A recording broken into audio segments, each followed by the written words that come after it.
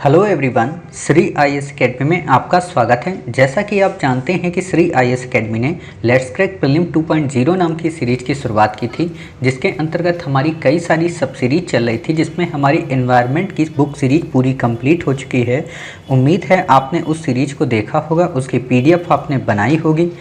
आज ये हमारी let's crack art and culture की सीरीज है, जिसमें ऑलरेडी हमारे डे 3 तक के इम्पॉर्टेंट टॉपिक कवर हो चुके थे।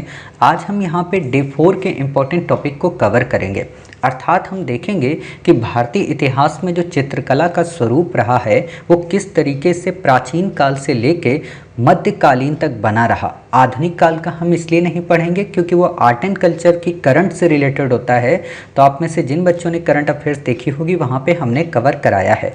तो बिना देरी के अपनी क्लास की शुरुआत करते हैं। चलिए शुरू करते हैं।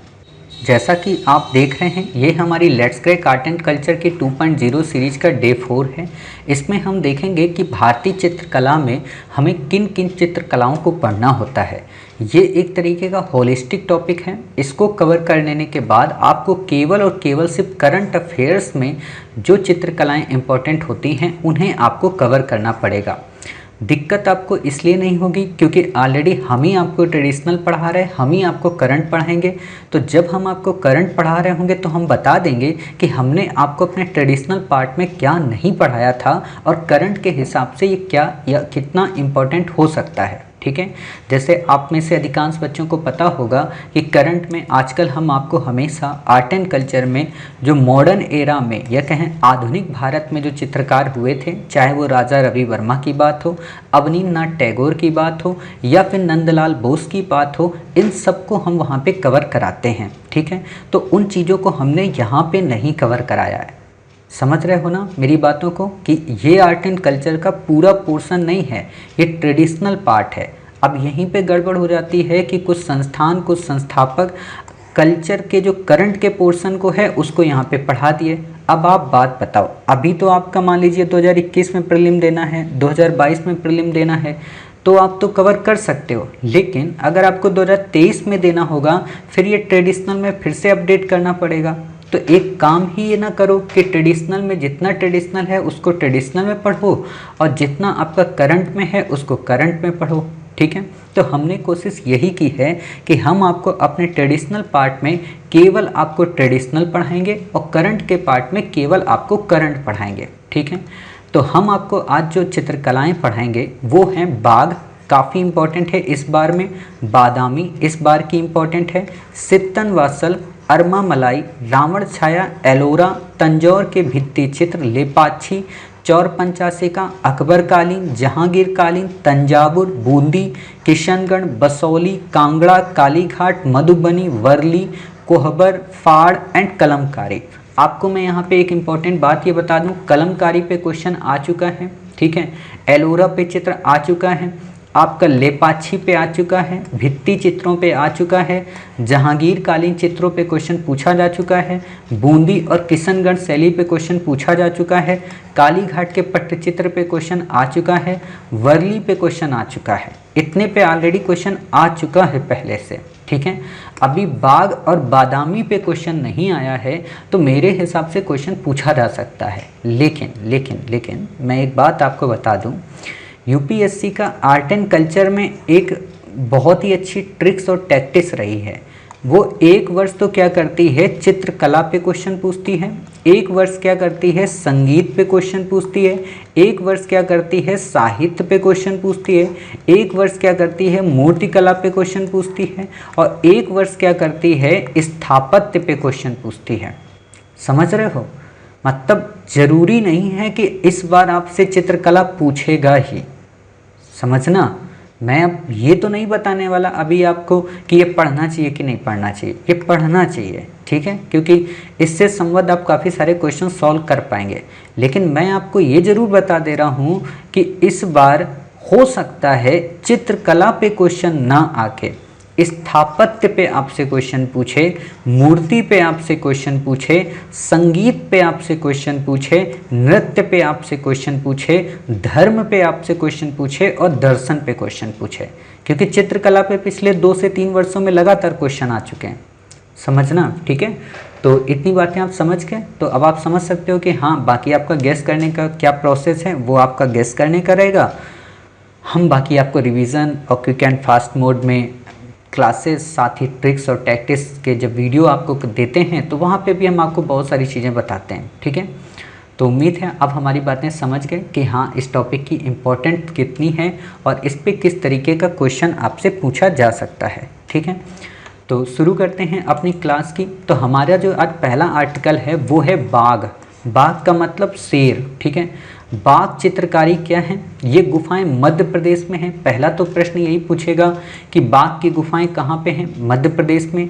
दूसरी खास बात क्या है कि बाघ में 9 गुफाएं हैं जो कि सभी के सभी विहार हैं, मतलब कोई भी यहाँ पे चैत्य नहीं है। आप हमेशा पढ़ते होंगे, एक बार यूपीएससी ने क्वेश्चन पूछा है कि चैत्य और विहार में क्या अंतर है, ठीक है। चैत्य जो होता है पूजा घर होता है, विहार जो होता है वो निवास स्थान होता है, ठीक है। इनका निर्माण काल संभवतः अजंता के समकालीन है। यहाँ पे आपको क्वेश्चन घुमा देगा कि बाघ की गुफाएं अजंता के समकालीन हैं, तो आप कहोगे बिल्कुल सही। बाघ की गुफाएं एलोरा के समकालीन हैं तो डाउट करोगे। बाघ की गुफाएं क्या बादामी की चित्रकला के बिल्कुल समकालीन है ना। तो इन चीज़ों को समझना। और एक बात और बताएं, जब भी आपको समकालीन या इन चीज़ों को देता है तो वहाँ पे क्वेश्चन की संभावना ज़्यादा होती है कि वो क्वेश्चन आपका गलत ही होगा, ठीक है। बाकी ट्रिक्स और टैक्टिक्स के वीडियो में बताएंगे, ठीक है।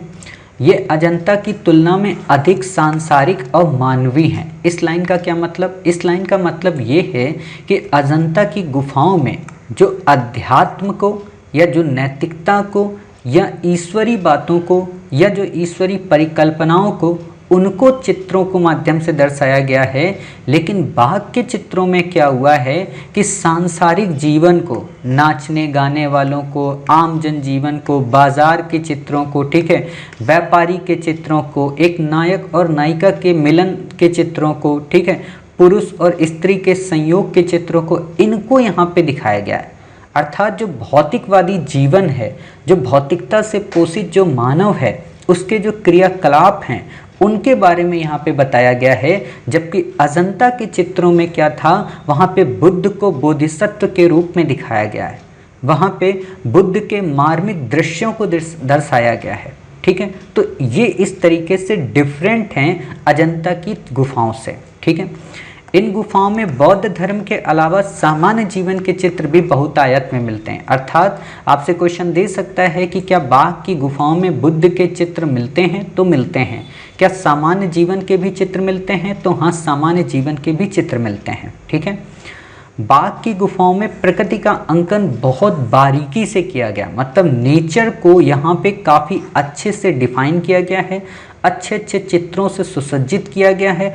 पशु पक्षियों जिसमें हाथी, बैल, फल, कंदमूल, ठीक है, इन सभी के भी चित्रों को यहाँ पे प्राथमिकता दी गई है। जितने भी पक्षी हैं उनको भी दर्शाया गया है ताकि ये लगे कि हाँ हमने नेचर को एक साथ यहाँ पे समेट दिया है, ठीक है। बाघ की गुफाओं में घोड़ों तथा हाथियों पर सवार व्यक्तियों के जुलूस का भी दृश्य है। मतलब वही बात है, घोड़े और हाथियों पे कौन सवार होगा? आम मानव सवार होगा, ठीक है। आम मानव जब सवार होगा घोड़े और हाथियों पर तो वो क्या होगा? मानवीय चित्र होगा, समझ गए।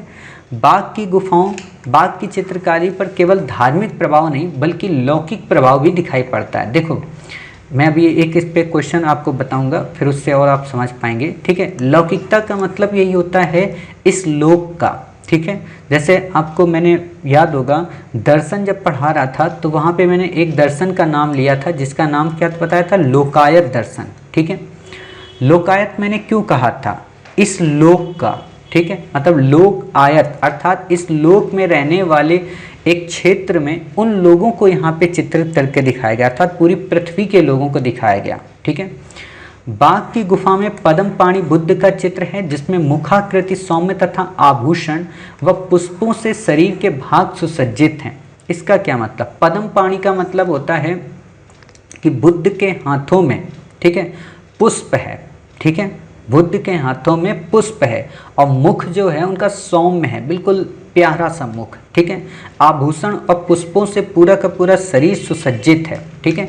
जैसे आप देखते होंगे कोई नायक या नायिका जब विवाह होता है ना, तो नायिका के लिए फूल वगैरह सब लेके आता है ना। वैलेंटाइन डे वाले दिन पूरा घर फूलों से सजा देता है ना। लेकिन अब अपना चेहरा भी बिल्कुल मासूम ऐसा बनाएगा जैसे वो उन देवी जी का बड़ा सम्मान करता है। लेकिन समय और परिस्थितियां जैसे जैसे बदलती रहती हैं, स्थिति फिर डिवोर्स की भी आ जाती है, तब वहाँ पे ये पद्म पाणी चित्र और मुख में वो जो सौम्यता है वो विराट क्रोध की अवस्था दिखने लगती है ना। तो वही चीज़ है यहाँ पे, बिल्कुल बुद्ध की तरह। ठीक है। हाँ, जो मैं ये कह रहा था कि आपसे प्रश्न ऐसे नहीं पूछेगा। एक तो प्रश्न ये पूछ सकता है आपसे इसमें कि जो बाघ की चित्रकारी है या बाघ की गुफाओं के संदर्भ में, ऐसे दे देगा बाघ की गुफाओं के संदर्भ में नंबर 1, ये गुफाएं अजंता के समकालीन हैं। ठीक है। नंबर 2, इन गुफाओं में लौकिक चित्रों की प्रमुखता है। नंबर 3, इसमें बुद्ध के चित्रों के साथ साथ सामान्य मानवीय जीवन के चित्रों का अंकन मिलता है। तो आपको कहोगे साहब तीनों सही हैं। अगर आपसे क्वेश्चन ऐसा भी दे सकता है कि ये गुफाएं अजंता के समकालीन मानी जाती हैं, इनमें लौकिक प्रभाव अधिक देखने को मिलता है, इसमें बुद्ध को पद्म पाणी चित्रों के माध्यम से सुसज्जित किया गया है तथा प्रकृति को काफ़ी बारीकी से इसमें अंकित किया गया है, निम्न में से गुफाओं का संबंध है। नंबर 1 अजंता, ये भी दे देगा अजंता। नंबर 2 एलोरा। नंबर 3 बाघ, है ना। नंबर 4 उदयगिरी। समझ गए? तो आप समझ सकते हो बाघ की गुफाएं यहाँ पे आएंगी। ठीक है। तो इतनी बातें आपको क्लियर हो गई। चलिए अब बात आती है बादामी। बादामी का मतलब बादाम समझ गए? ऐसा नहीं कि बादामी का मतलब बादाम होता है। बादामी की चित्रकला का मतलब बादामी की गुफाएं हैं। कर्नाटक के बागलकोट जिले में बादामी नामक एक स्थान है। लास्ट में मैं अभी आपको सारे चित्र दिखा दूंगा। ठीक है। अभी दिखाऊंगा तो आप बोर हो जाओगे। ठीक है। तो लास्ट में सारा दिखा दूंगा, थोड़ा मन में एक कौतूहल भी बना रहेगा और लास्ट में जब दिखाऊंगा तो आपका क्विक फास्ट मोड में रिवीजन भी हो जाएगा। ठीक है। बादामी के चित्र वास्तव में कर्नाटक के बागलकोट जिले में बादामी नामक स्थान पे हैं। इनका जो रचना काल है 578 से 579, आपसे नहीं पूछेगा। इम्पोर्टेंट ये है कि बादामी या उसे वातापी भी कहते थे, जैसे वातापी के चालुक्य आप पढ़ते हो। ठीक है। बादामी या वातापी में ब्राह्मण, हिंदू धर्म, जैन धर्म से संबंधित चित्रकला का प्राचीनतम साक्ष्य यहाँ पे देखने को मिलता है। अर्थात बादामी की जो गुफाएं हैं वहाँ पे बुद्ध के चित्रों का अभाव मिलता है या बौद्ध धर्म के चित्रों का अभाव मिलता है। ठीक है। ये इम्पोर्टेंट है। अजंता, बाघ एवं बादामी की चित्रकलाएं उत्तर तथा दक्षिण की शास्त्रीय परंपरा का उत्तम प्रतिनिधित्व करती हैं। शास्त्रीय परंपरा का मतलब चाहे वो शास्त्रीय संगीत की बात हो, चाहे वो शास्त्रीय कला की बात हो, या फिर वो शास्त्रीय आप भाषा की बात हो, इन सारी चीज़ों को रिप्रेजेंट करती हैं। ठीक है। इससे ज़्यादा आपको नहीं याद रखना है।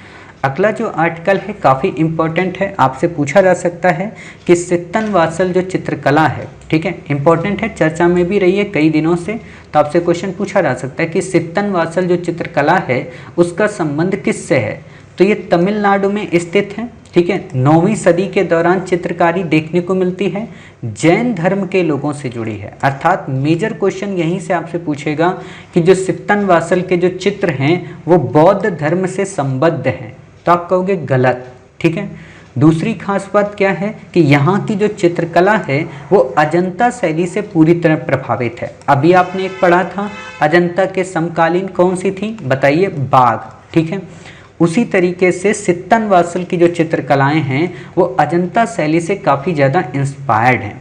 खास बात यहाँ की एक जो है वो ये कि यहाँ के मंदिर की छत पर एक सघन कमल वन चित्रित किया गया है और तालाब में मछली मगरमच्छ दर्शाए गए। मतलब एक मंदिर है उसकी छत पे डिज़ाइन बनाई गई है, मतलब कालीन टाइप की बनाई गई है, उसमें कमल के पुष्पों को काफ़ी सघनता पूर्वक गुंथित किया गया है। ठीक है। और उसी में तालाब, मछली और मगरमच्छ के चित्रों का भी अंकन किया गया है।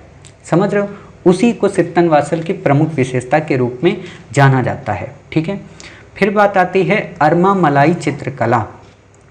अरमामलाई चित्रकला कहाँ की है? तमिलनाडु के वेल्लोर जिले में एक नेचुरल गुफा है, मतलब प्राकृतिक गुफा है, अर्थात मानव ने नहीं बनाया है। तो वहाँ पे 8वीं सदी में एक जैन मंदिर का निर्माण किया गया था। अर्थात अरमामलाई जो कला है उसका संबंध भी जैन धर्म से है। सित्तन वासल हो या अरमामलाई हो, इनका संबंध किससे है? जैन धर्म से। अगला आता है हमारा रावण छाया। इससे पहले मैंने आपको पढ़ाया था रावण छाया कठपुतली के बारे में, ठीक है। कहाँ की थी? उड़ीसा की। तो वही प्रश्न आपसे यहाँ पे भी पूछा जा सकता है कि रावण छाया क्या है, ठीक है। ये गुफा शिव उपासकों की शरणस्थली थी। यह हिंदू प्रभाव वाली गुफा चित्रकारी है। अब रावण की बात है तो रावण किसकी पूजा करते थे? शिव की। आप हमेशा एक गाना सुने हो ना, शिव तांडव, जो आप लोग सुबह सुबह सुनते होगे, है ना, वो वास्तव में रावण के द्वारा शिव को मनाने का एक आप कह सकते हो श्लोक है, या शिव को मनाने का या उनको प्रभावित करने का एक गीत है।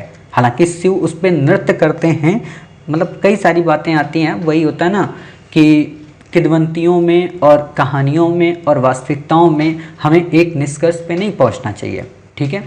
चलिए अब बात आती है, अजंता हो गई थी, एलोरा की चित्रकारी के बारे में। देखो मैं यहाँ पे फिर से एक बार क्लियर कर देना चाहता हूँ, आप में से कुछ बच्चों को दिमाग में 2-3 बातें आ रही होंगी जो मिसअंडरस्टैंड कर रही हैं आपको कि सर क्या अजंता में हमें इतना ही पढ़ना है, क्या सर एलोरा में हमें इतना ही पढ़ना है? तो ऐसा नहीं है। मैं आपको अजंता हो या एलोरा हो, इसको 2 पार्ट में कवर कराऊंगा। अजंता को पहले मैं आपको चित्रों के माध्यम से बता रहा हूँ, एलोरा को अभी मैं आपको चित्रों के माध्यम से बता रहा हूँ। अभी मैं इसे स्थापत्य के माध्यम से नहीं बता रहा हूँ, समझ गए? स्थापत्य का मतलब होता है वहाँ पे एक बार फिर से हमें ये चीज़ें पढ़नी पड़ेंगी, ठीक। तो एलोरा की चित्रकारी कहाँ पे है? महाराष्ट्र में, ठीक है। 6ठी से 9वीं सदी के मध्य ये बनी थी। सभी धर्मों से संबंधित गुफाएं हैं, बौद्ध, जैन और हिंदू। अब यहाँ पे आपको कैसे याद रखना है कि एलोरा की गुफाओं का संबंध क्या तीनों धर्मों से है? तो हाँ, क्यों? एलोरा का मतलब क्या होता है? आल ओरा, ठीक है, मतलब सभी से संबंध है, ठीक है। बस आपको ऐसे याद रखना है।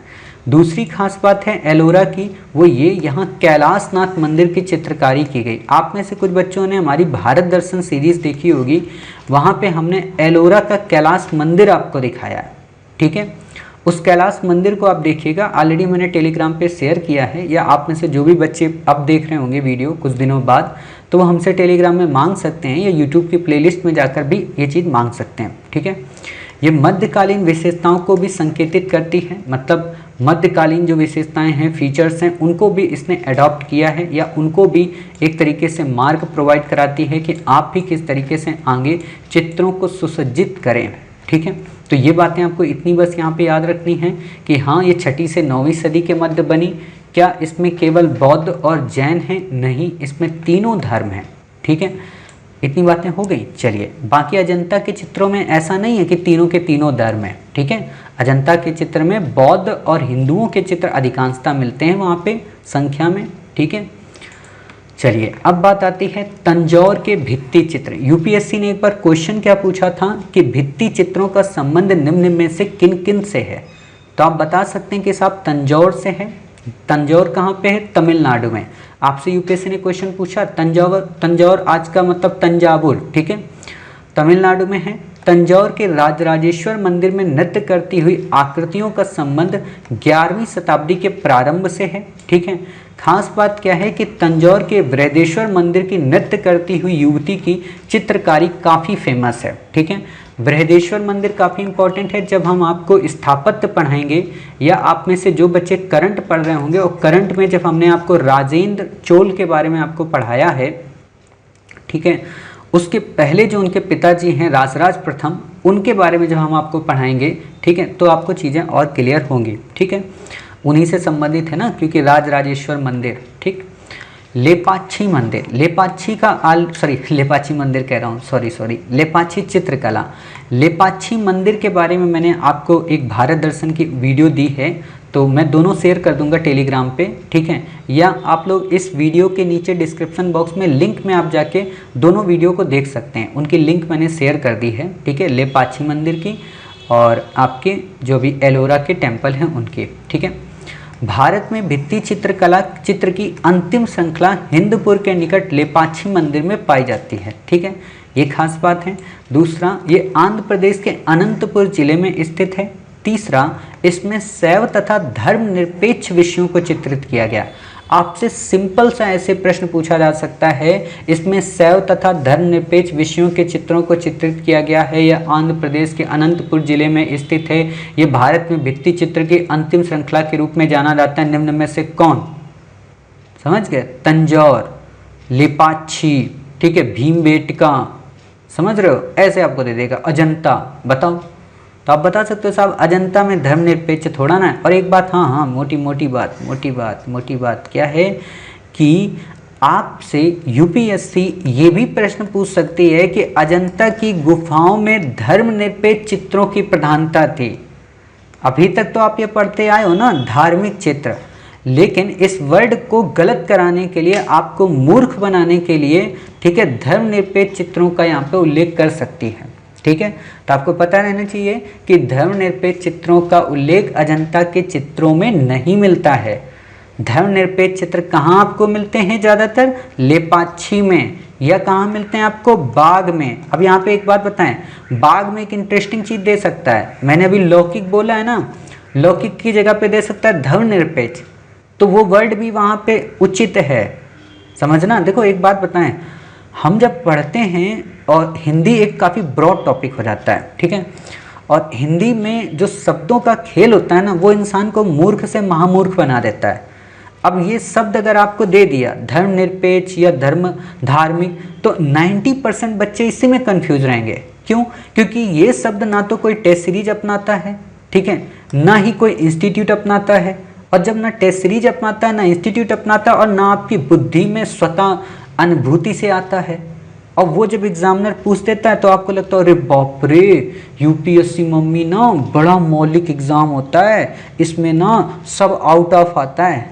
आउट ऑफ कुछ नहीं होता भाई, हमारा जो माइंड है वो आउट ऑफ बॉक्स थिंकिंग नहीं करता है, इसलिए यूपीएससी हमारे लिए आउट ऑफ लगता है।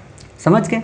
तो आपको ये याद रखना है कि अगर आपको दे दे कि बाघ के चित्रों में धर्मनिरपेक्षता के चित्र प्रमुख हैं, तो आप कहोगे साहब सही है। अजंता के चित्रों में धार्मिक चित्र प्रमुख हैं, आप कहोगे सही है। अजंता के चित्रों में धर्मनिरपेक्ष चित्रों का वर्णन अधिक मिलता है, गलत है। लेपाक्षी के मंदिरों में धर्मनिरपेक्ष चित्रों की प्रधानता है, आप कहोगे सही है। समझ गए? तो ऐसे आपसे क्वेश्चन पूछेगा तो इन शब्दों की लाइन पे आप अपना फोकस कर लेना, ठीक है।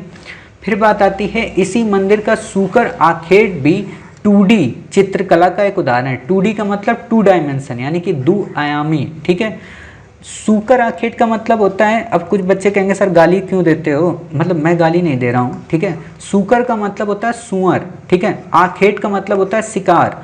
सुअर का शिकार करते हुए यहाँ पे एक चित्र बना है। आप देखते होंगे कि कई सारे मतलब लोग हैं भारत में हमारे, वो लोग सुअरों का शिकार करते हैं, सुअर का मीट भी खाते हैं, है ना, बहुत सारा खाते हैं, मतलब बहुत ज़्यादा बिकता है भारत में सुअर का मीट, ठीक है। आप में से जो बच्चे, अब बताऊंगा नहीं क्योंकि कुछ देवियाँ बड़ी नाराज़ हो जाती हैं, जैसे उन्होंने कॉपीराइट करा रखा है अपने उस स्टेट में, ठीक है, स्टेट का नाम नहीं लूँगा।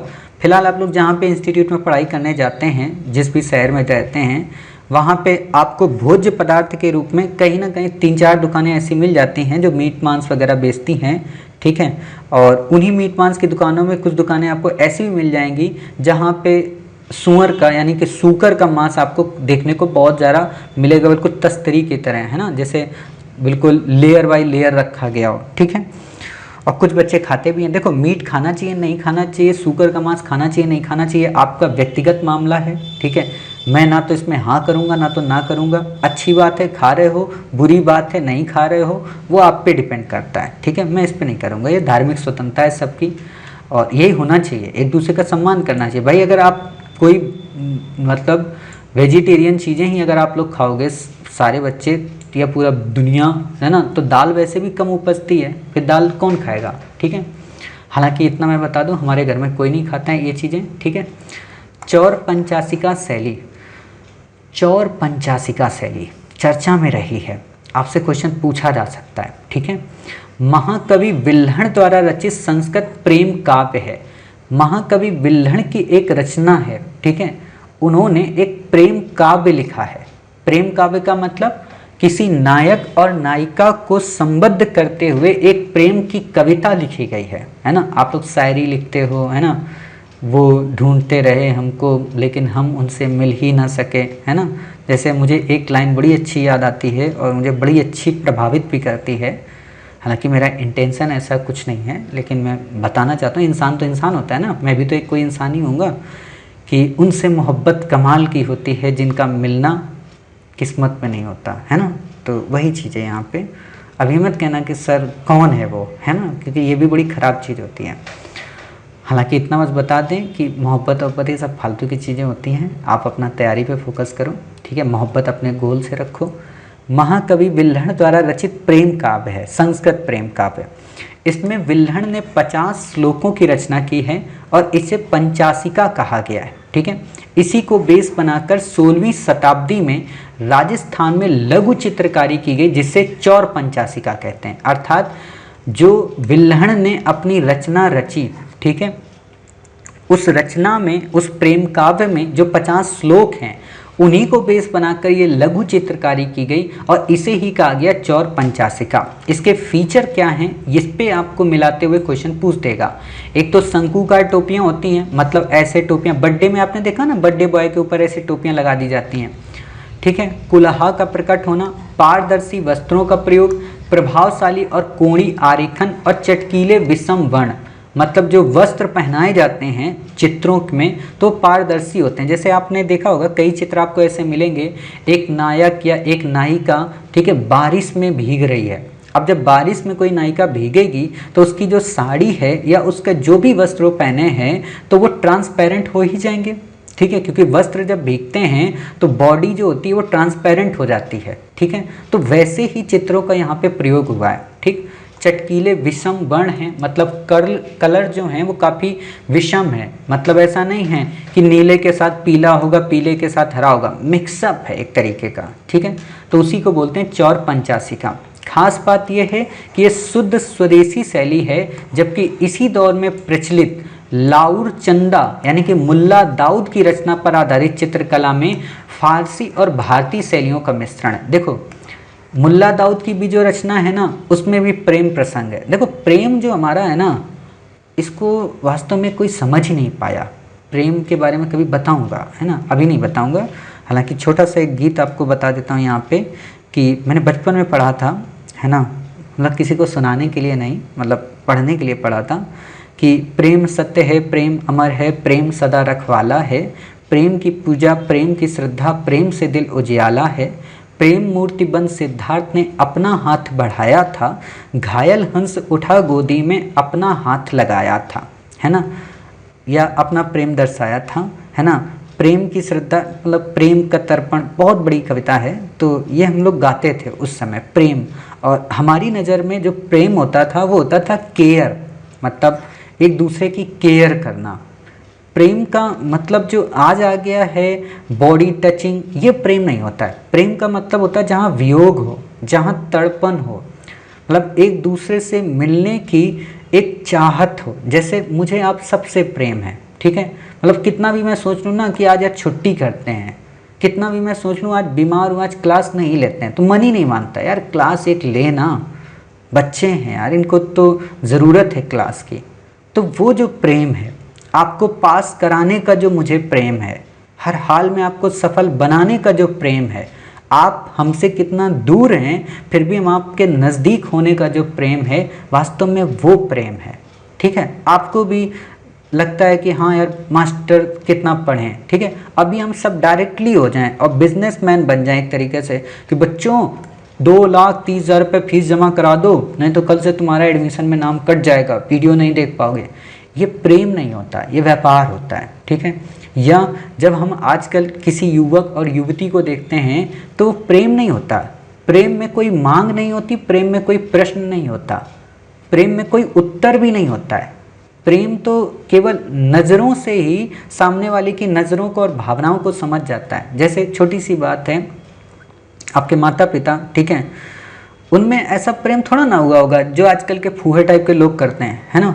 उसमें जो प्रेम है, ठीक है, मान लीजिए आपकी माता को पता है कि आज आपके पिताजी क्या खाने वाले हैं, ठीक है, और जब आपकी माता वो चीज़ बना देती हैं, फिर पिताजी जब खाते हैं तो उनके मुंह से जो निकलता है, वाह भाई आज तो आपने बड़ा अच्छा खाना बनाया, और फिर आपसे कहेंगे देखो तुम्हारी मम्मी ना बड़ी अच्छी मम्मी है।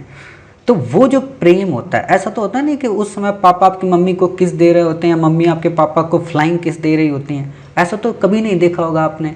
और आज तक भी आपने ऐसा कभी नहीं देखा होगा कि आपके पापा एनिवर्सरी मना रहे हैं शादी की, है ना, ऐसा ड्रामा नहीं होता है। क्यों?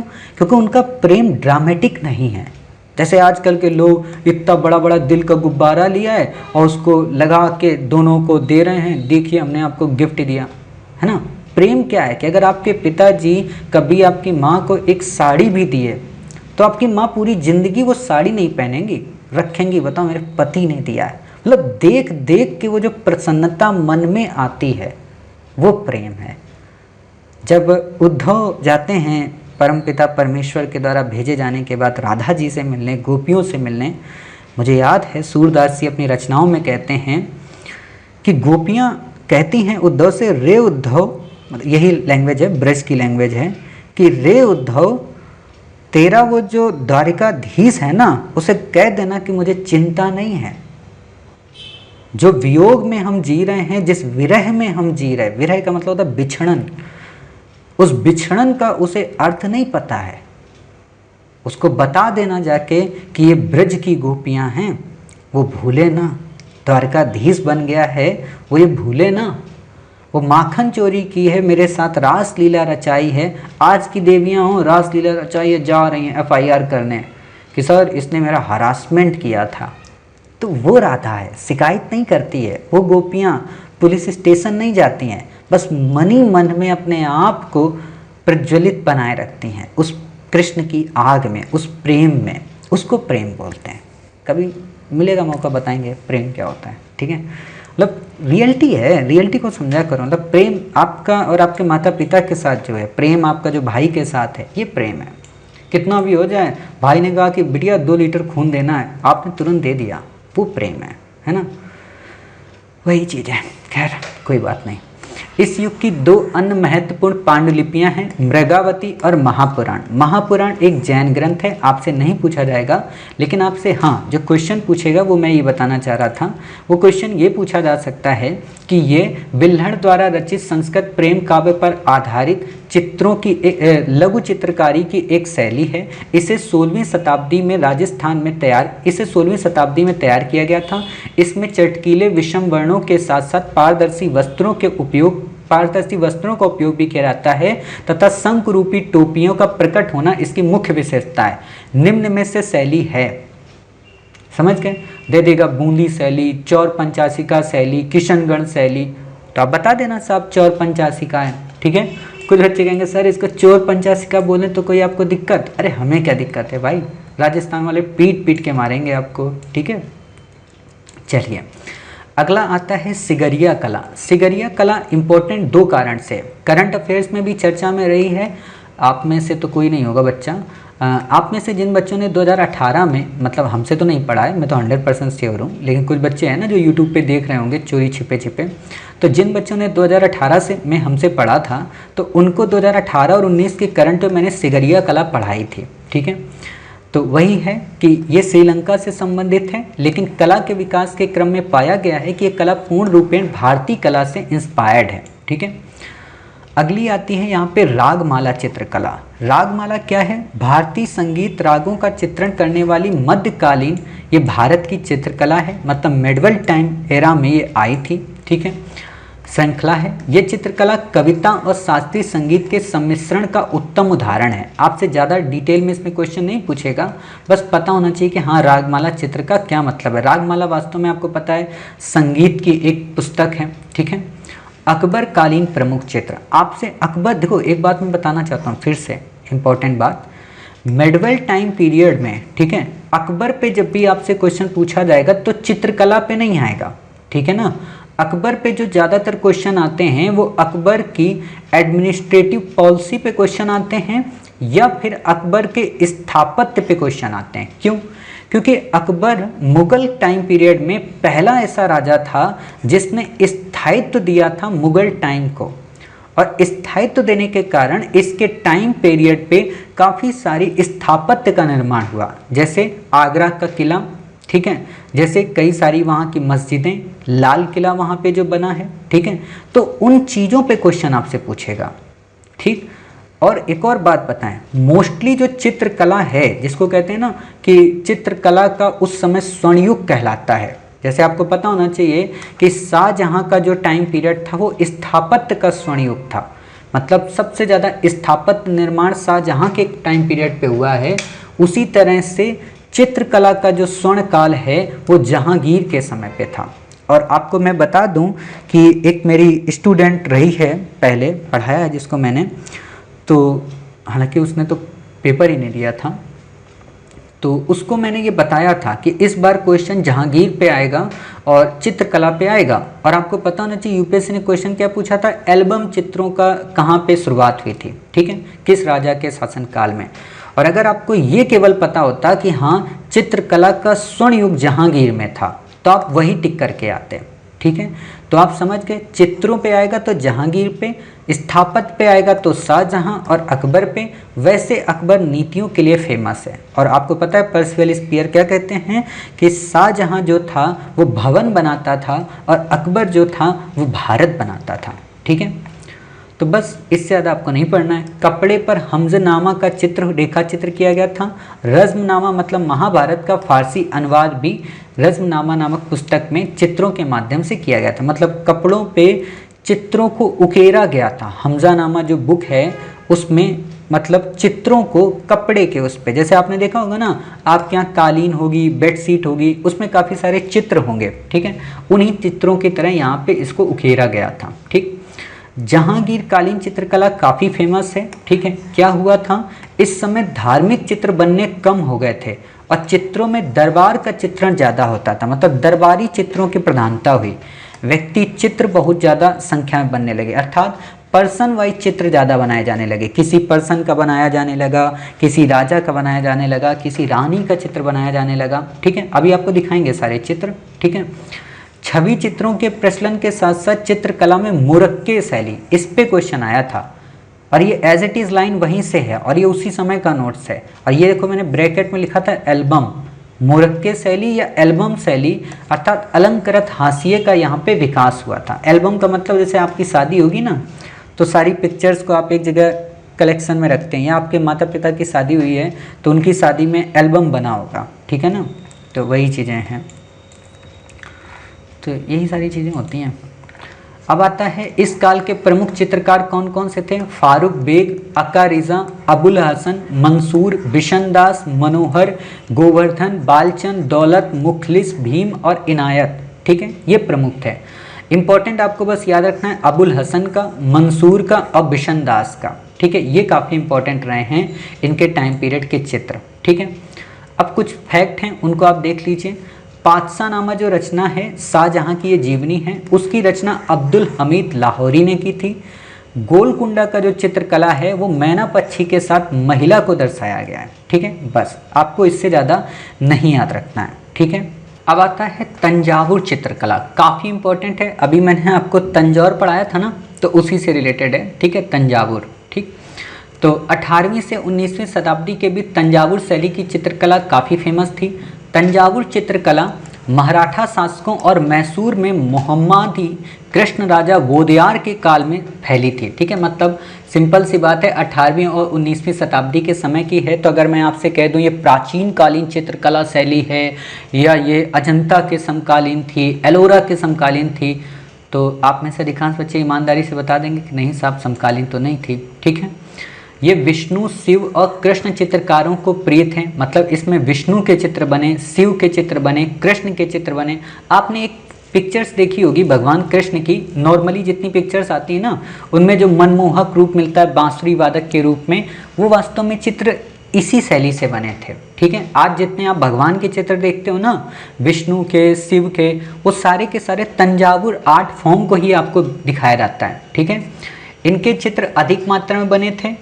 चित्रकार मूर्तिकला के सिद्धांतों का मूर्ति शिल्प के सिद्धांतों का पालन करते थे, क्योंकि ये चित्र पूजा हेतु बनाए जाते थे, ना कि प्रदर्शन हेतु। अर्थात इसमें जिन चित्रों को बनाया गया उनको ये बेस में ध्यान रख के बनाया गया कि भाई इन चित्रों की पूजा होनी है, तो पूजनी के हिसाब से बनाए, ना कि प्रदर्शन के हिसाब से, ठीक है।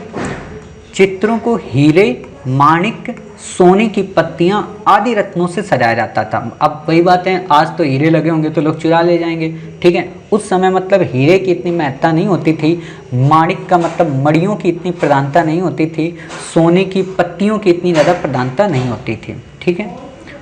तंजावुर शैली की चित्रकला को उच्च कोटि का नहीं माना जाता है, फिर भी इस शैली का एक ऐतिहासिक महत्व है। अर्थात आपसे क्वेश्चन पूछा जा सकता है कि जो तंजावुर शैली है क्या उसे उच्च कोटि का माना जाता है, तो नहीं साहब, उच्च कोटि का नहीं माना जाता है, ठीक है। आप में से कुछ बच्चे कंफ्यूज हो रहे होंगे, मैंने वो जो बोला आपको तंजौर, ठीक है, उसी के नाम पे अब तंजावुर है क्षेत्र, ठीक है, ये तंजावुर शैली है अलग, ठीक है, तो कंफ्यूज मत होना दोनों में।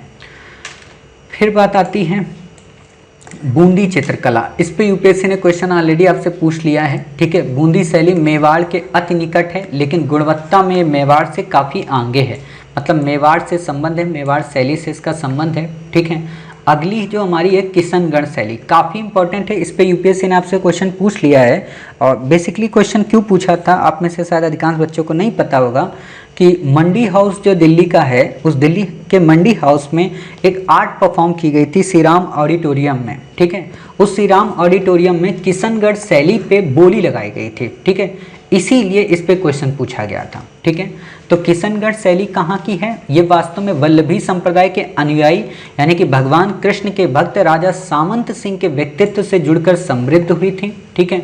इस शैली में राजा सामंत सिंह की प्रेमिका जिनका नाम था बनी ठड़ी, ठीक है, चित्रकार निहाल चंद्र से जुड़े थे, मतलब ये वास्तव में बनी ठनी चित्र के नाम से जानी जाती है, ठीक है। बनी ठनी को भारतीय मोनालिसा कहा जाता है। आपसे यूपीएससी ने ये तो क्वेश्चन पूछा है कि बनी ठनी चित्रकला का संबंध है ना, या बनी ठनी का संबंध निम्न में से किस चित्रकला शैली से है, तो किशनगढ़ शैली से, और यही आपको ऑप्शन में दिया था। अगली आती है बसौली चित्र, काफ़ी इंपॉर्टेंट है, क्वेश्चन पूछा जा सकता है। ये पहाड़ी क्षेत्र में चित्रकला का प्रारंभिक केंद्र जो बसौली था अर्थात जम्मू कश्मीर, वहाँ की है। इस शैली में भागवत पुराण, गीत गोविंद किसकी रचना है, जयदेव की, रस मंजरी और वैष्णव धर्म रहे हैं। आपको कल मैंने पढ़ाया था कि गीत गोविंद का किस शास्त्रीय नृत्य से संबंध है, ओडिसी से, ठीक है, मतलब जो उड़ीसा नृत्य शैली है उससे संबंध है, ठीक है। फिर बात आती है 1730 में कलाकार मनकू द्वारा चित्रित गीत गोविंद की एक श्रृंखला बसौली के आगे के विकास को दर्शाती है, मतलब जो गीत गोविंद है उसको चित्रों के माध्यम से बसौली शैली में दिखाया गया है, ठीक है। फिर आती है कांगड़ा शैली, काफ़ी इंपॉर्टेंट है, आपसे क्वेश्चन पूछा जा सकता है, ठीक है। कांगड़ा शैली कहाँ की है, तो नाम से ही समझ में आ रहा, कांगड़ा 18वीं शताब्दी के चतुर्थांश में गुलेर शैली से विकास हुआ था। कांगड़ा इसलिए पड़ा था क्योंकि कांगड़ा के राजा थे संसार चंद्र, उनकी कृति शैली के समान है, ठीक है। इस शैली में स्त्री चित्रों में अद्भुत सजीवता आ गई, अर्थात जो स्त्रियों का चित्र बनाया जाता था उनमें जो उनके स्त्रियोचित अंग होते थे उनको ऐसा दर्शाया जाता था जैसे वास्तव में सजीवता को लिए हों, ठीक है। अभी मैं आपको दिखाऊंगा, वहाँ पे मैं बताऊंगा कि स्त्रियोचित की सजीवता का मतलब क्या होता है, ठीक है। ये कांगड़ा, गुलेर, बसौली, चंबा, जम्मू, नूरपुर, गढ़वाल आदि क्षेत्रों में प्रचलित है, मोटे तौर पर हिमाचल प्रदेश, ठीक है। कांगड़ा शैली आपको पता है, कांगड़ा चाय उसको क्या प्राप्त है, जीआई टैग, ठीक है। कांगड़ा शैली के कुछ पहाड़ी चित्रकारों को क्या कहा जाता है, पंजाब में महाराजा रणजीत सिंह ने संरक्षण दिया था। अब आपको देखो बुद्धि लगानी है क्या, अभी मैंने आपको कल परसों में करंट अफेयर्स पढ़ाया था, महाराजा रणजीत सिंह को पढ़ाया था, तो उस जगह पे जाके मैं आपसे क्या कहता हूँ, यहाँ पे इतनी लाइन छोड़ दिया करें, तो वहाँ पे जाके ये पॉइंट भी लिख लें कि कांगड़ा शैली को संरक्षण दिया। यूपीएससी ऐसे ही मिक्सअप कर देगी कि राजा रणजीत सिंह के संबंध में बताइए, वो एक धर्मनिरपेक्ष शासक थे, उन्होंने कांगड़ा चित्र शैली को संरक्षण दिया, तो आप ये मत कहना सर कांगड़ा चित्र शैली को तो आपने बताया ही नहीं था, है ना, मतलब ये नहीं सुनना है मुझे, क्योंकि मैंने यहाँ से उसको लिंक कर दिया, ठीक है। कांगड़ा शैली वस्तुतः दर्शनी और रोमांटिक है, मतलब इसमें रोमांस है, रोमांस का मतलब वो वाला नहीं, नायक और नायिका को इसमें दिखाया गया है, ठीक है। मतलब ये कुछ ऐसे शब्द होते हैं ना जिनको मुझे बोलने में भी थोड़ा वो लगता है कि यार इनको बोलूं कि ना बोलूं, पता नहीं बच्चा क्या समझ ले, है ना। जैसे आज आप किसी से भी ये बोलो ना आई लव यू, ठीक है, तो एक ही चीज़ समझता, अच्छा 14 फरवरी वाला, अरे भाई ऐसे भी तो किसी को प्यार हो सकता है, मतलब वही होता है ना, तो इन चीज़ों में बड़ा डर लगता है। पहले बचपन में होता था, हम लोग किसी से भी कह देते थे, फ्लाइंग किस भी दे देते थे फूंक फूंक के, ठीक है ना। आज तो वो भी डर लगता है, अरे फ्लाइंग किस दिया, पता नहीं उनकी मम्मी क्या समझ जाएंगे, है ना। तो सोसाइटी है, चेंज करेंगे आप ही लोग। इसमें पौराणिक कथाओं तथा रीतिकालीन नायिकाओं के चित्रों की प्रमुखता देखने को मिलती है। रीतकाल मतलब एक टाइम पीरियड है हिंदी साहित्य का, ठीक है, तो उसी से संबद्ध है। इस शैली की एक उपशाखा है सिख शैली के रूप में, जो 19वीं सदी में महाराजा रणजीत सिंह के समय में काफ़ी ज़्यादा प्रचलन में रही, ठीक है। तो आपको बस इससे ज़्यादा नहीं याद रखना है। अब बात आती है काली घाट के पट्टचित्र। देखो, काली घाट के पट्टचित्र और कलमकारी दोनों अलग अलग हैं। ये काली घाट जो है ये कलकत्ता की मशहूर काली मंदिर का है। वो काली मंदिर जिसको रामकृष्ण परमहंस के संरक्षण में पूजनीय पाठ किए जाते थे, वो काली मंदिर जहाँ पे रामकृष्ण परमहंस को साक्षात काली के दर्शन हुए थे, वो काली मंदिर जहाँ पे स्वामी विवेकानंद जी रामकृष्ण परमहंस से जाके मिले थे, ठीक है। तो उसी काली मंदिर की बात है। तो कलकत्ता का मशहूर काली मंदिर है। यहाँ पे कागज टाट, टाट का मतलब जो बोरे या बोरियाँ होती हैं ना, आपके घर में होंगे टाट वगैरह, कपड़े पर बने चित्र जो स्थानीय बाजार की मांग पे आधारित होते थे, उनमें बनाए जाते थे। उन्हें कहा जाता था कि ये काली घाट के चित्र हैं, ठीक है। आप समझ सकते हो, आपसे क्वेश्चन पूछेगा कि ये केवल कपड़े पर बनाए जाते थे, तो नहीं, कागज पे भी बनते थे, टाट पे भी बनते थे, समझ गए। तो इतनी बातें आप समझ गए। फिर बात आती है मधुबनी शैली के चित्र। आप में से अधिकांश बच्चों को पता है, घर में बनाते रहते होंगे, ठीक है। तो ये कला शैली बिहार के मिथिलांचल, ठीक है, इलाके यानी कि मधुबनी, दरभंगा और नेपाल के कुछ इलाकों में प्रचलित है। मिथिलांचल की एक देवी जी हैं, बड़ी फेमस गायिका हैं, मेरे घर वालों को ज़्यादा पसंद है, मेरी बहन को भी ज़्यादा पसंद है और मुझे भी पसंद है। मतलब ऐसा नहीं कि मैं अगर उनको बता रहा हूँ तो मुझे नहीं पसंद है, सबको पसंद है, पूरे देश को पसंद है, ठीक है। राइजिंग स्टार्स भी बनी थी, क्या नाम उनका, मैथिली, ठीक है ना। तो वही है मैथिली ठाकुर, उनका नाम है, शायद ठाकुर, शायद, हाँ। तो मिथिलांचल की हैं। तो अभी एक दिन उनकी पिक्चर्स में देख रहा था, वीडियो देख रहा था, तो वो अपने घर में मधुबनी आर्ट ही बना रही थी, ठीक है। तो वही है मधुबनी आर्ट। इसमें क्या होता है, इसमें मुख्यतः इसका जो सब्जेक्ट होता है वो धार्मिक होता है, ठीक है, इससे ज़्यादा आपको नहीं पढ़ना है। फिर आती है वर्ली। वर्ली कहाँ की है, महाराष्ट्र और गुजरात के भित्ति चित्रकला है। तो आपसे क्वेश्चन पूछा जा सकता है कि वर्ली ट्राइब भी है महाराष्ट्र की, ठीक है। ये चित्रकला भीमबेटका शैली जैसी है, मतलब जैसे भीमबेटका में चित्र बनाए जाते थे ना, ऐसे ऐसे करके, जो आज हम लोग देखो, हम लोग भी भीमबेटका वालों से कम आदिवासी थोड़ा ना है। ऐसे चित्र हम लोग आजकल नहीं बनाते हैं बिल्कुल, ये इनका मुंह बना दिया, ये दो आंखें बना दी। अब हम ही से कोई कह दे कि ये बताओ कौन है, तो मैं कह दूंगा भाई ये तो मैं हूँ। तो आप कहोगे सर आपकी दो हाथ हैं क्या, या चार टांगे हैं क्या, तो दो पीछे भी हो सकती हैं ना, तो वही चीज़ है। तो ऐसे होता है। इसमें क्या होता है, सूर्य को, चंद्रमा को, पहाड़ों को, नुकीले पेड़ों को वृत्त, त्रिकोण आदि के माध्यम से दिखाया जाता है ना, सर्कल के रूप में कहीं किसी चीज़ का उपयोग करते हुए। प्राकृतिक दृश्यों का भी इसमें अंकन किया जाता है, ठीक है, बाकी आपको नहीं याद रखना है।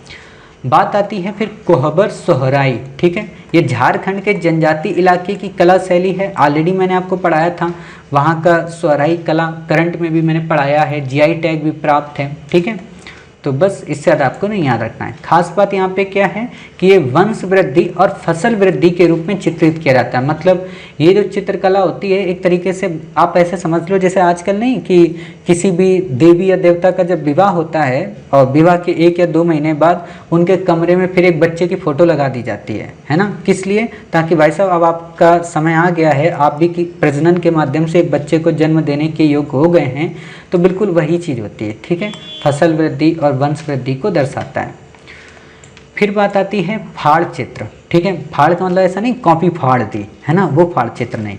फाड़ चित्र एक प्रकार के लंबे मफलर के समान वस्त्रों पर बनाए जाते हैं। मोदी जी को आपने देखा है, मोदी जी इस समय असम का एक गमछा लिए रहते हैं, ठीक है, उसमें जो आर्ट परफॉर्म होती है ना, उसी को बोलते हैं फाड़ चित्र, ठीक है।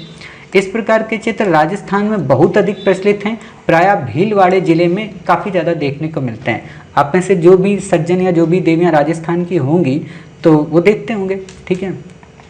कुछ बच्चे कहते होंगे सर हम राजस्थान होके कोई गुनाह कर रहे हैं क्या, जो आप हमारा नाम लेते रहते हो चित्रकला पे, कहीं किसी चीज़ पे।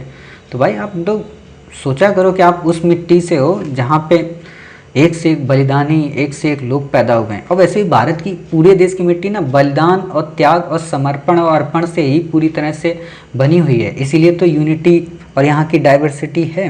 ठीक है, और लास्ट हमारा ये आर्टिकल है कलमकारी। क्वेश्चन पूछा जा चुका है। ये दक्षिण भारत में आंध्र प्रदेश में प्रचलित हस्त निर्मित शैली है चित्रकला की, जिसको चित्र सूती कपड़े पर रंगीन ब्लॉक से छाप कर बनाया जाता है। आप में से किन बच्चों ने अपने हाथों में बचपन में मेले में एक वो नहीं होता था लकड़ी का, वो देवी जी रखी होती थी, है ना कुछ, और उसको एक स्टाम्प में डुबोती थी और फिर आपके हाथ पे रख देती थी, मेहंदी टाइप का। अच्छा, मुझे मेहंदी से तो बहुत ज़्यादा नफरत है, तो मैं इन चीज़ों से बहुत दूर रहा हूँ। मेहंदी, टैटू, इन चीज़ों से मुझे बड़ी गुस्सा आती थी। ठीक है, तो वो जो नाम आप लोग गुदवाते थे उसी को बोलते हैं एक तरीके से कलमकारी चित्र। ठीक है, अब वो बात अलग है कि यहाँ सूती कपड़े की बात हो रही है, वहाँ आपके प्यारे कोमल से हाथ होते थे। ठीक है, तो ये डिफरेंस होता है। छाप कर, मैं छापने वाला बस बता रहा हूँ। जैसे आप लोग अभी भी स्टाम्प का यूज करते होंगे, जब आप जाते होंगे कहीं पे मोहर लगती है आपकी मार्कशीट के ऊपर, तो वो एक तरीके से कहीं ना कहीं इसी चीज़ को दर्शाता है। ठीक है, समझ गए। बाकी आप में से अधिकांश बच्चों ने अच्छा एक चीज़ तो देखी होगी, पिक्चरों में आपने देखा होगा कि किसी स्टोर को जब सरकार बंद करने जाती है तो उसको कपड़े से ऐसे पूरा गोल गोल बंद कर देती है, फिर उसके ऊपर एक स्टाम्प लगाती है और एक उस पर चारकोल की क्लिप लगाती है, फिर उस पर मोहर ठोकती है, सील उसको बोलते हैं। ठीक है ना, कि अब दोबारा इसको कोई मकान को वो नहीं कर सकता है। तो वो भी एक तरीके से आप मान सकते हो कि हाँ, कलमकारी का ही एक एग्जाम्पल है। ठीक है, 15वीं शताब्दी में विजयनगर के शासकों के संरक्षण में इस कला का विकास हुआ। ठीक है, भारत में कलमकारी के मुख्यतः दो रूप विकसित हैं, मछलीपट्टनम कलमकारी और दूसरी कौन सी कलमकारी है, काफ़ी इंपॉर्टेंट है, वो है कलाहस्ती यानी कि श्री कलाहस्ती कलमकारी, जो कि आपके आंध्र प्रदेश की है। ठीक है, तो आपसे बस इससे ज़्यादा क्वेश्चन आपसे नहीं पूछेगा। अब हम आपको कुछ चित्र दिखा देते हैं जो हम आपसे उतनी देर से कह रहे थे। ठीक है, अब आपको सारे चित्र जब देखेंगे तो आपका क्विक रिवीजन भी काफ़ी अच्छे से हो जाएगा। ठीक है, तो एक बार आप चित्र देख लीजिए सारे। तो जैसे कि देखिए, मैं आपको एक एक चित्र दिखाता जाता हूँ। ठीक है, क्योंकि सारे चित्र काफ़ी इंपॉर्टेंट हैं, स्थापत्य के साथ साथ जुड़े हुए हैं।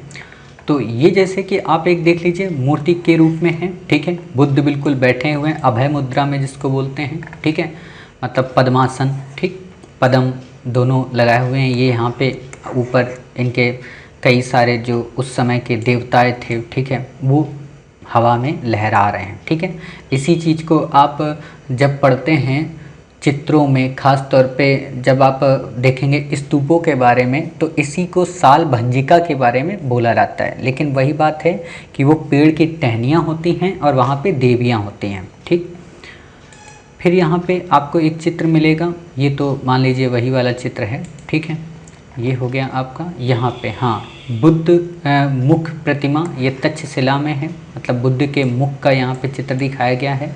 ठीक है, बाकी आपसे यहाँ पे नहीं पूछेगा। ये इनके सर के बाल घुंघराले हैं। अब आप समझ सकते हो घुंघराले बाल हमारे यहाँ के तो होते नहीं हैं। ठीक है, ये जो बुद्ध का चित्र है ये आसनस्थ बुद्ध है, मतलब आसन में बैठे हुए हैं। ठीक है, ये देख रहे हो साल भंजिका मूर्ति के चित्र के रूप में है। ठीक है, तो इनको हम पढ़ाएंगे आपको, जब अभी मूर्ति कला वगैरह आपको कवर कराएंगे तो वहाँ पे हम इसे कवर कराएंगे। ये देखो, ये है पद्म पाणी बोधिसत्व का चित्र। यूपीएससी ने इस पर कई बार क्वेश्चन पूछा है।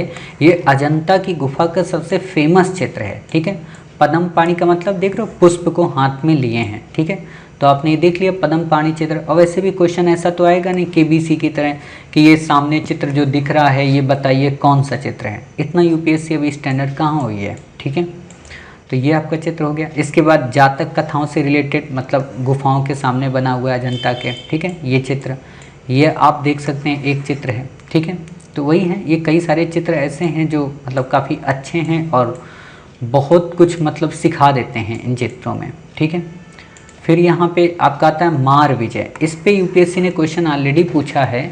मार विजय का मतलब है ये भूमि स्पर्श मुद्रा है। भूमि स्पर्श मुद्रा का मतलब कि जब बुद्ध ज्ञान की प्राप्ति की ओर जा रहे थे, बुद्ध हो या दुनिया में कोई भी इंसान हो, आप भी हो, हम हो, कोई भी हो, तो हम लोगों को क्या होता है ना कि हमारे मार्ग से भटकाने के लिए कई दुष्वृत्तियाँ या कई बुराइयाँ आ जाती हैं। जैसे आप देखेंगे आईएएस की तैयारी करने वाले बच्चे आते हैं तो कभी वो आईएएस की तैयारी ना करके आई लव की तैयारी करने लगते हैं, है ना, मतलब ILU ILU की तैयारी करने लगते हैं। कुछ बच्चे ऐसे होते हैं अलग अलग कामों में संलग्न हो जाते हैं, ठीक है। कुछ ऐसे होते हैं जो किसी युवक या युवती के कारण अपना समय व्यतीत कर देते हैं। तो यही बुद्ध के साथ हुआ था। जब बुद्ध ज्ञान प्राप्ति की ओर बढ़ रहे थे तो इंद्र को लगा कि अगर इस इंसान को ज्ञान प्राप्त हो जाएगा तब तो बड़ी दिक्कत हो जाएगी।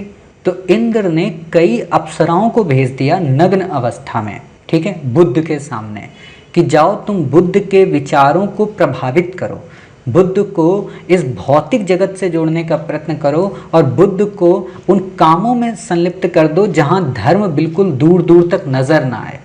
लेकिन बुद्ध तो बुद्ध थे। बुद्ध ने उस जमीन को साक्षी माना और बोले कि देखिए धरती माता, आप जानती हो, मैं जानता हूँ मैं कितना सुचिता हूँ, कितना शुद्ध हूँ। जैसे कभी कभी मैं आपको नहीं बोलता हूँ कि कोई भी ऐसा एग्जाम्पल आपको नहीं मिल सकता जहाँ पे मैंने किसी को हर्ट किया हो, ठीक है। तो वही चीज़ बुद्ध कहते थे। हालांकि मैं बुद्ध नहीं हूँ, है ना, यहाँ पे मैं क्लियर कर देना चाहता हूँ। तो उसी चीज़ की यहाँ पे सुचिता और शुद्धता की बात करते हैं बुद्ध। तो वही चित्र था ये स्पर्श मुद्रा से रिलेटेड। बाकी जब आपको मूर्ति कला पढ़ाएंगे तो वहाँ पे आपको हम बताएंगे, ठीक है। तो ये चीज़ें आप देख सकते हो चित्र का। फिर यहाँ पे ये आता है बुद्ध का ध्यान में है, ठीक है, दोनों हाथ एक दूसरे को अपने उसमें रखे हुए हैं, बाकी ये सारे लोग टहल रहे हैं, ठीक है। तो ये बुद्ध के चित्र हैं। बाकी ये आपका है एलिफेंटा का महेश मूर्ति, इसी को बोलते हैं त्रिपुरातांक, ठीक है। त्रिपुरातांक का मतलब होता है कि इसमें शिव को 3 रूपों में, उनके 3 मुखों को दिखाया गया, ठीक है। तो आप ये देख सकते हैं। बाकी आपसे इस पे क्वेश्चन तो अभी नहीं आएगा, यूपीएससी ने एक बार बस क्वेश्चन पूछा है। अब ये देख लो भित्ति चित्र, जो मैं आपको बोल रहा था ना, भित्ति चित्र अलग अलग, तो यही वो सारे भित्ति चित्र हैं, ठीक है। आप देख रहे हैं का खा गा गा, ठीक है। अनंत पद्मनाभ मंदिर का, वारा को मारते हुए लेपाक्षी मंदिर, ठीक है। ये देखो अभी मैंने आपको लेपाक्षी मंदिर पढ़ाया था, तो ये लेपाक्षी मंदिर का चित्र है, ठीक है। ये अलग सा चित्र है चोल नरेश राजराज के द्वारा, ठीक है। तंजावुर आर्ट जिसको मैं पढ़ा रहा था आपको, ठीक है। ये आपका त्रिपुरासुर वध है, ठीक है। ये यहाँ पे त्रिपुरासुर वध किया जा रहा है, ठीक। यहाँ पे रावण वध करते हुए राम, ठीक है, ये दिखाया जा रहा है, ठीक है। यहाँ पे पद्मनाभपुरम थक्कल का मंदिर का चित्र है, ठीक है। तो इनको बोलते हैं भित्ति चित्र, ठीक। अब परिवर्ती मतलब इसके बाद के भित्ति चित्र कौन कौन से हैं, तो आप इनको भी देख लीजिए एक बार। ये सायकों के साथ महारानी बादामी का चित्र है ना। अभी मैंने आपको बादामी का चित्र पढ़ाया था, बादामी की गुफाओं के बारे में पढ़ाया था, ठीक है। तो ये देखो बादामी की गुफाओं को मैंने यहीं से लिया है, ठीक है। तो बाकी आपको यहाँ पे ज़्यादा डिटेल में ज़्यादा वैसे नहीं पढ़ना है, समझ रहे हो। जितना इम्पोर्टेंट है वो मैंने आपको यहाँ पे बता दिया, ठीक। तो ये बादामी का आप चित्र यहाँ पे देख सकते हो। इसके बाद आता है यहाँ पे कई सारे और चित्र हैं, ठीक है। तो आप ये देख सकते हो। अब यहाँ पे आप एक बात बताओ, मैंने अभी आपको एक चित्र पढ़ाया था ना, कहाँ का पढ़ाया था मैंने आपको, सित्तनवासल का, ठीक है। और मैंने बताया था कि उसमें क्या है, कमल के बीच में, ठीक है, कई सारे पक्षी मगरमच्छ इनको दर्शाया गया है, ठीक है। तो ये वास्तव में वही चित्र हैं, समझ गए। अब आपका मन करे तो मगरमच्छ और हाथी को इसमें ढूंढो बैठ के, ठीक है। जैसे मुझे तो हाथी ये दिख रहा है थोड़ा सा, ये बतख वगैरह दिख रहे हैं, ठीक है। आपको अगर कहीं कुछ दिख रहा हो तो देखिएगा, है ना, इतना टाइम अगर आपके पास हो, ठीक है। तो ये देख सकते हो सित्तनवासल के चित्र हैं, ये छत पे बने हैं उनके, ठीक है। ये देखो सज्जन है, ठीक है। तो फूल लिए, फूल से मतलब अपने तन को पूरा ढके हुए हैं, आप ऐसे समझो, ठीक। ये देखो हाथी का चित्र है, ठीक है। ये भी हाथी का चित्र है। यहाँ पे मगरमच्छ होगा भाई कहीं पे, मुझे तो नहीं दिख रहा है, ठीक है। तो इतनी बातें आप समझ गए। ये देख सकते हो आप पनामलाई का चित्र है बुद्ध का, ठीक है। तो ये आप देख लिए। फिर बात आती है यहाँ पे ये चित्र विजयनगर लेपाक्षी का, ठीक है। तो ये चित्र हैं, बस आप इतना भी याद रहेगा।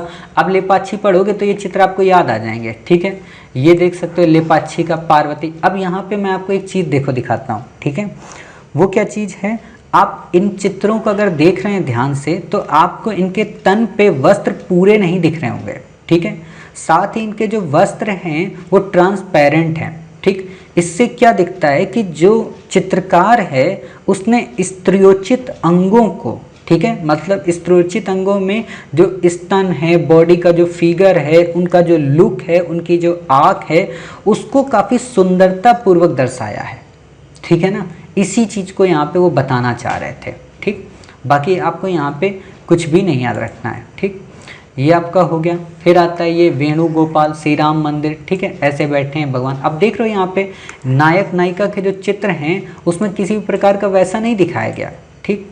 अब ये उनके लिए जवाब है जो लोग ये कहते हैं ना कि कम कपड़े जो लड़की पहनती है वो अश्लील होती है, ठीक है। तो अश्लीलता वास्तव में कम कपड़ों से नहीं होता, आपकी नज़र में कमी से होता है, ठीक है। तो उन्हीं चीज़ों का है भित्ति चित्र का। आप ये देख सकते हो गोपिकाओं के साथ में भगवान बांसुरी बजाते हुए, ठीक है।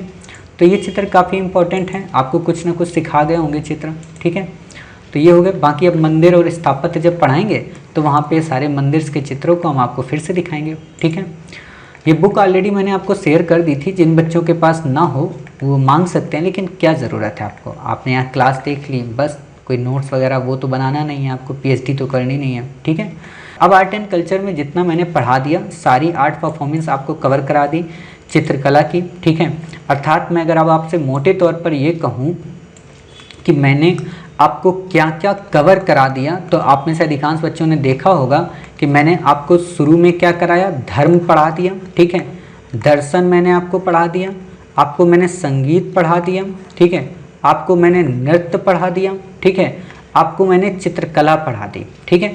मोटे मोटे मेजर मैंने कवर करा दिए। साथ ही इसमें कई सारे सब टॉपिक जैसे युद्ध कला, खेल, लोकनाट्य, लोक नृत्य ये भी करा दिए।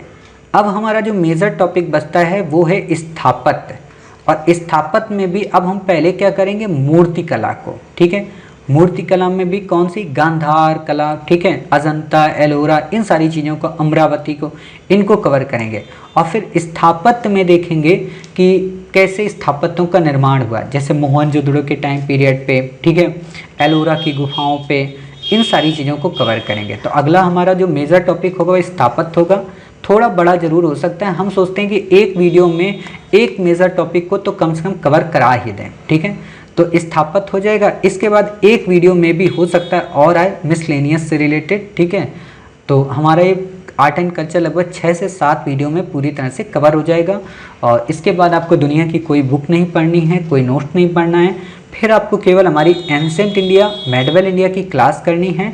आपके क्वेश्चन ऑटोमेटिक सारे सॉल्व हो जाएंगे, ठीक है। मिलते हैं अपने नेक्स्ट पार्ट में कुछ स्थापत्य और मूर्तिकला के साथ। अपना ख्याल रखिए, स्वस्थ रहिए। जय हिंद, जय भारत, वंदे मातरम, भारत माता की जय।